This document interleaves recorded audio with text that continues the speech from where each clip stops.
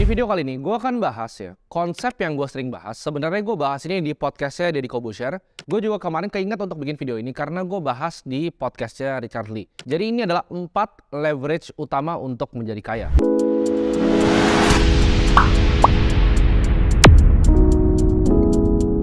Di sini gue akan outline sesuai dengan pemahaman gue, karena gue percaya begitu gue pertama kali dengar 4 konsep ini benar-benar ngerubah kehidupan gue. Dan gue harap ini juga bisa ngerubah kehidupan kalian. Konsep ini sebenarnya gue pinjam dari salah satu investor legendaris favorit gue, yaitu Naval Ravikant. Dia adalah mantan CEO dari AngelList. Itu site di mana lu bisa angel invest di banyak startup. Dan dia juga adalah investor awal di dunia cryptocurrency. Konsepnya gue pinjam dari beliau, tapi gue akan tambahin beberapa pemahaman gue tentang konsepnya. Archimedes punya quote ya, "Give me a lever long enough dan gue akan gerakin dunia." Maksudnya apa? Di hidup ini kita harus ngerti konsep paling powerful ya di hidupan manusia adalah leverage. Kalau kita ngerti cara pakai leverage dan 4 spesifik leverage ini, gue yakin hidup kalian akan berubah. Konsep dari leverage ini sendiri adalah menurut gue pribadi pemisah dari orang miskin dan juga orang kaya. Orang miskin tuh nggak ngerti konsep leverage, orang kaya ngerti. Orang selalu bilang ya, kalau kalian mau sukses adalah kalian kerja keras. Ini gue selalu ngomong di banyak video gue. Ya, lu kerja keras, lu kerja yang disiplin. Ya. Tapi pertanyaannya, apakah banyak profesi yang tidak kerja keras? Ini gue akan kasih contoh ya. Misalnya tukang sapu, dia kerja keras banget. Tapi dia gunain waktunya sendiri, ya, lakuin skill yang dia bisa lakuin. Apakah bisa jadi kaya? Susah. Ya. Apakah dia nggak kerja keras? Nggak juga. Dia kerja sangat keras. Di sini gue akan contohin lagi pakai tukang cuci baju. Tukang cuci baju itu kerja keras banget. Dia kerja dari pagi sampai malam. Tapi kenapa tukang cuci baju itu nggak bisa kaya? Sedangkan yang bikin laundry-nya, itu uangnya berbeda dengan tukang yang cuci baju. Karena yang bikin laundry yang ngerti tentang konsep dari leverage ini. Nah, Naval itu outline 4 ya leverage yang menurut dia paling utama. Yang pertama adalah leverage waktu orang. Yang kedua adalah leverage uang orang. Yang ketiga adalah leverage di media. Dan 4 adalah leverage di codingan. Gue akan bahas 4-nya secara spesifik. Waktu orang. Apa sih maksudnya kita bisa meleverage waktu orang? Kayak tadi kan gue kasih contoh ya. Ada orang yang tukang cuci baju, ada orang yang punya laundry-nya.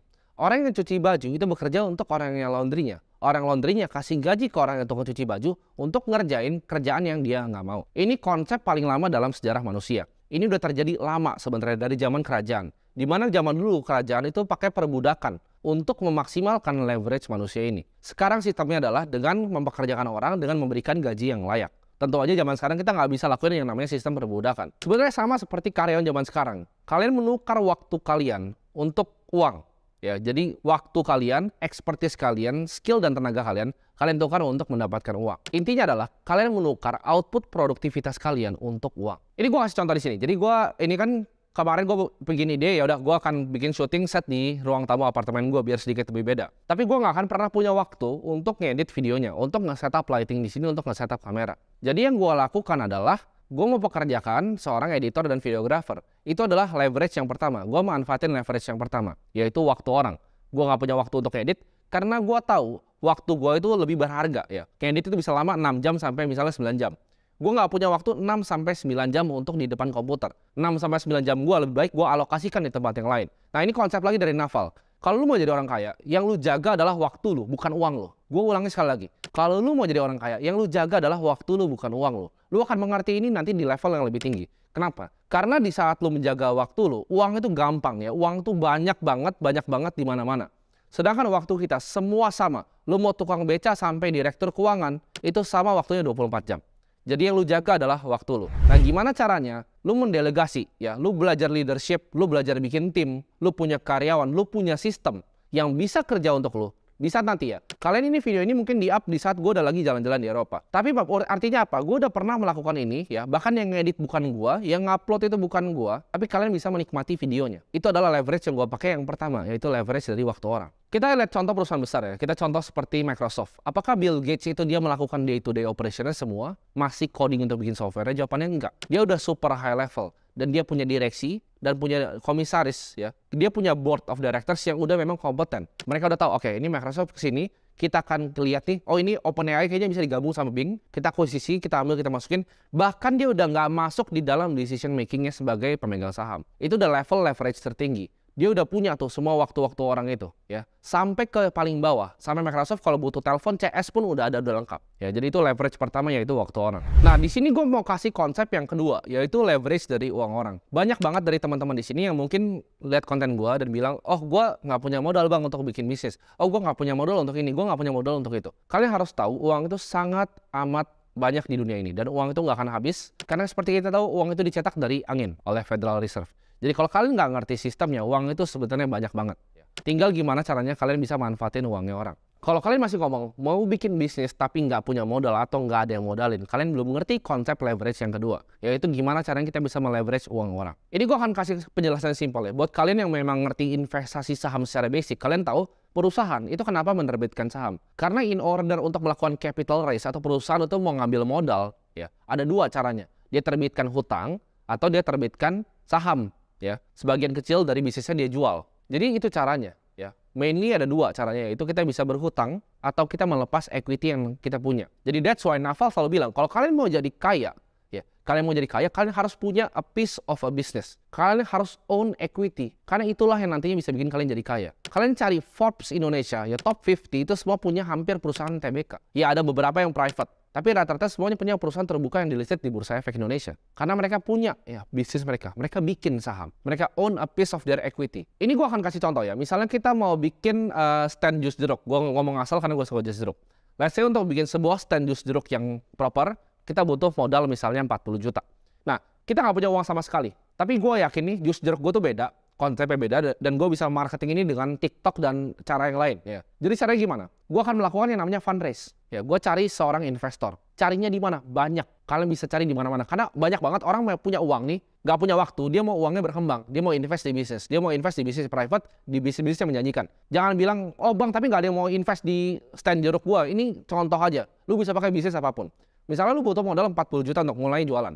Apa yang lo lakuin? Oh nggak ada modal terus nggak jadi jualan. Ya, itu orang bego. Dia nggak ngerti leverage kedua. Lu bikin konsep bisnisnya, ya, bikin secara rapih. Nanti kira-kira proyeksi tahun pertama berapa, proyeksi tahun kedua berapa, kira-kira strategi gue ini seperti apa, ya, modal lu dipakai untuk apa aja, secara detail dan rinci. Lalu lu bawa ini ke seorang investor yang mau berinvestasi di bisnis lu. Yang lu lakukan adalah gini, bilang, Pak, saya ini nggak punya uang, tapi saya ini punya skill, ya, saya ngerti banget jeruk luar dalamnya, saya benar-benar ngerti cara jualannya, saya tahu go to market plan-nya apa, saya tahu diferensiasi produknya apa, saya tahu value proposition dari produk saya apa. Dan ini punya kesempatan untuk bisa di-scale jadi banyak franchise nanti misalnya kayak Mishwe atau yang lain.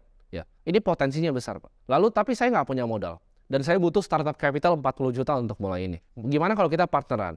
Jadi saya dalam mayoritas, jadi saya pegang misalnya 50% atau kita bagi dua, Pak. Ya kita saham 50%, 50%. Bapak chip in dengan 40 juta, Bapak dapat 50% saham dari perusahaan saya. Nah itu valuasi perusahaan lu langsung 80 juta. Ya, itu gimana caranya kita bisa manfaatin uang orang walaupun kita belum punya uang, kita bisa bikin bisnis. Jadi kita lepas 50% saham kita kasih ke dia di atas kertas, tanda tangan, dapat 40 juta kita mulai. Begitu sesuai dengan proyeksi kita bagi dividen sesuai kita janjikan ke investornya. Jadi win-win untuk dua-duanya. Dia punya uang nganggur, ya, lu punya skillnya, lu punya namanya sweat equity atau equity keringat. Lu yang kerja keras, dia yang modalin duitnya tapi sahamnya bagi dua. Itu contoh paling sederhana. Lu bisa lakuin ini in multiple different way. Pakai equity, pakai hutang, macam-macam. Orang bilang nggak pernah punya modal, tapi pertanyaan lu punya skill nggak? Sebelum gue kasih tahu caranya tadi, lu punya pikirannya nggak kesana untuk ngerapin bisnis seperti itu? Jawabannya enggak. Terus bilang, oh lu kan punya koneksi, ya carinya gimana? Orang tua gue nggak ada koneksi, iya gampang. Ya, gampang banget. Lu tinggal fokus aja, ya, kerjain memang kalau memang produk lu bagus, gue yakin, gue pun yang dadain. Lu DM aja gue di Instagram. Lu bilang, gue ada ide bisnis nih, kita bakal bagi dua sahamnya, gue butuh modal 100 juta, planning lu DM gue aja. Jangan salah, gue juga banyak nge-funding bisnis-bisnis yang bahkan pre-revenue. Ya, gue banyak angel invest, apalagi di industri Web3. Kalian punya ide yang bagus, DM gue, itu gue bakal happily untuk invest di kalian. Mau tiket saya 100 juta, 1 miliar pun gue berani invest. Kalau kalian perhatiin, banyak banget ya konglo-konglo yang dibuild dari leverage kedua ini, yaitu leverage uang orang. Kita contoh ya, perusahaan yang lain. Ini kan tadi jus jeruk. Contohnya misalnya perusahaan asset management company, ya. Gue punya skillnya, ya. Gue pun nggak punya duitnya, gue punya skillnya sebagai manajer investasi. Gue punya perusahaannya, gue punya sertifikasinya. Oke, lu mau nggak titip duit dari gue?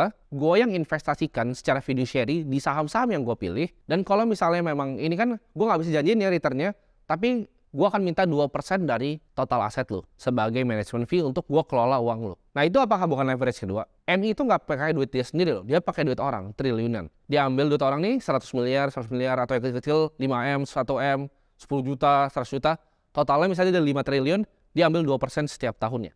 Regardless of mau naik turun, mau juker balik ke kiri ke kanan, dia dapat 2%. Itu adalah leverage dari kedua, yaitu uang orang. Makanya orang-orang yang di dunia finance yang ngerti nih capital structure leverage uang orang ini, bahkan private equity, gimana sih, apa sih caranya, gimana kita bisa leverage buyout sebuah bisnis, cara bikin LBO model di Excel tuh gimana caranya sih, itu kalian pelajarin dan kalian akan amazed on gimana caranya kita bisa ngatur capital structure di dunia ini. Kita mau lihat Warren Buffett, orang kaya dari tahun 1900 ya, JP Morgan, itu semua advanced capital allocator. Bahkan dia yang funding, oh Tesla mau bikin ini, Tesla pun datang ke dia, Nikola Tesla. Ya dia coba bikin yang towernya itu akhirnya diruntuhin, nggak mau difunding lagi.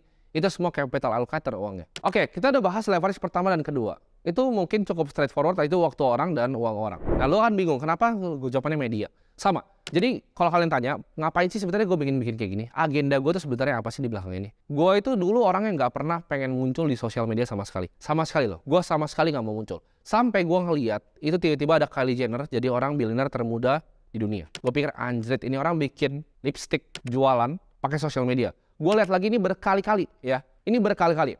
Gue lihat The Rock. The Rock itu bikin tequila laku banget. Gue lihat lagi, Mr. Beast bikin Beast Burger laku banget. Gue lihat lagi sekarang nih yang paling baru, Jake Paul. Dia belajar boxing mati-matian, dia akhirnya bikin kayak sports show, dan itu lakunya luar biasa. Itu semua thanks to apa? Leverage ketiga, media. Media itu salah satu industri, ya, di mana marketingnya dan produknya itu sama. Mungkin kalian bingung, maksudnya apa? Kalau kita lihat ya, ini yang gue lakuin ini ke kalian bikin konten ini. Ini adalah produknya, ya, konten yang kalian terima ini. Dan ini adalah marketing channelnya juga ke kalian. Jadi marketing sama produknya nempel, satu-satunya di dunia adalah media. Kalian lihat, orang Kongolo di Indo rata-rata itu dua, dari media atau dari retail. Lu tracking aja semuanya. Dari grupnya SCTV yang jadi MTech, lu lihat yang lain kayak misalnya dari Charul Tanjung, grupnya Trans, lu bisa lihat yang grupnya Salim, ya, Indosiar segala macam. Itu banyak banget dari media. Kenapa? Karena dulu media itu pipeline-nya tuh cuman misalnya 12 perusahaan nih, 12 Kongolo, iklan tuh ke 12 ini. Sekarang pipeline ini kesebar karena YouTube. Mungkin banyak kalian lebih pengen nonton gua di YouTube dibanding nonton TV sekarang. Karena kenapa? Pipeline-nya dibuka sama digitalisasi. Nah, dengan pipeline dibuka ini, kita punya akses ke media yang sama dengan Kongolo-Kongolo ini punya. Jadi orang yang bisa master media, itu pasti akan uangnya sangat banyak. Karena leverage-nya itu berkali-kali lipat. Satu, itu marketingnya satu, produknya satu. Yang gua lihat lagi dari media apa? Gua bikin YouTube ini sekali. Ya, gua sekarang ini mungkin ya, gua lagi di Swiss. Kalian bisa nonton ini, kalian bisa ulang-ulang, kalian bisa kasih ke teman kalian, bisa nonton besoknya lagi, bisa download lagi. Gua bikinnya cuma sekali, tapi yang nonton bisa ratusan ribu orang. Gua nggak harus datang, kumpulin kalian semua ini di apart gua di sini, 100.000 orang, nggak perlu. Cukup dari sini gua bisa ngajarin semua kalian. Ini adalah kemampuan leverage dari media. Lalu, apa sih leverage keempat? Leverage keempat atau leverage yang terakhir adalah code atau codingan, programming. Maksudnya apa? Kalau lu bisa combine empat ini, lu akan jadi perusahaan yang super duper besar. Gua kasih contoh Airbnb. Kalau misalnya lu level 1 ya. Lu level 1 adalah lu punya kos-kosan. Misalnya level 1 sama level 2 gua gabungin ya. Lu punya kos-kosan nih. Kos-kosan lu pakai leverage capital orang. Lu KPR kos-kosannya ya. Jadi lu DP misalnya 15%, 20%, kos-kosannya lu mau tutup cicilannya pakai uang sewa. Itu lu leverage pakai leverage yang kedua, uang orang.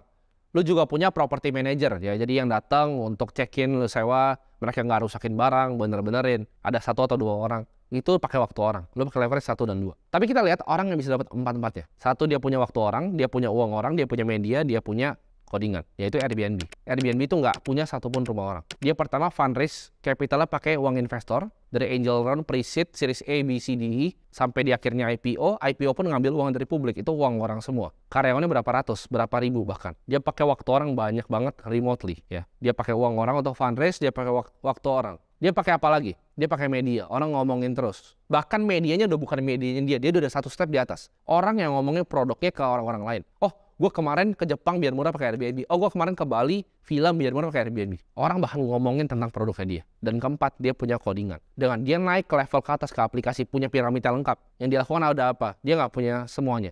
Dia nggak punya rumah. Dia nggak pernah punya villa. Tapi dia paling banyak villanya. Villa orang yang dia pakai, orang yang listing sendiri, orang yang ngomong sama orangnya sendiri, orang yang bayar sendiri. Dan dia ambil komisi semuanya.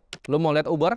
Lu mau lihat Gojek? Gojek itu nggak punya loh. Nggak punya motor, kecuali ya sekarang ada beberapa lah dia kasih. Cuman dia dulu nggak punya motor, Gojek. Uber itu nggak punya mobil. Grab itu nggak punya mobil loh. Itu mobilnya orang. Cukup apa? Codingan aplikasi, punya medianya sendiri, punya waktu orang, karyawan, punya uang orang dari investor. Jadi kalian ngerti kan? Konsepnya kalian ngerti 4 ini. Jadi yang gue lakukan dalam sebuah bisnis, ya at least kalau nggak dapat 4 ya dapat 3 lah. 3 ini gue lakukan. Bahkan sebenarnya 1 atau 2. Ya, lu gabung 2 aja, aset management sampai sekarang cuma 2.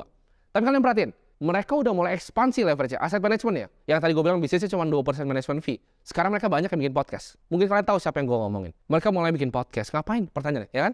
Kan duitnya udah banyak. Udah 40 triliun. Kenapa harus perlu media? Ngapain bikin podcast? Karena mereka mau pakai leverage yang ketiga. Ngapain bikin aplikasi sendiri? Kenapa nggak lempar di apart aja semua? Mereka mau dapat yang codingannya juga. Jadi semua orang kaya, semua konglo di Indo tahu gamenya dalam 4 ini. Ya, manfaatin waktu orang, manfaatin uang orang, manfaatin media, dan manfaatin codingan. Lu master 4 leverage ini. Gue yakin setelah nonton video ini lu bisa kuasain dunia. Semoga bermanfaat videonya untuk kalian semua.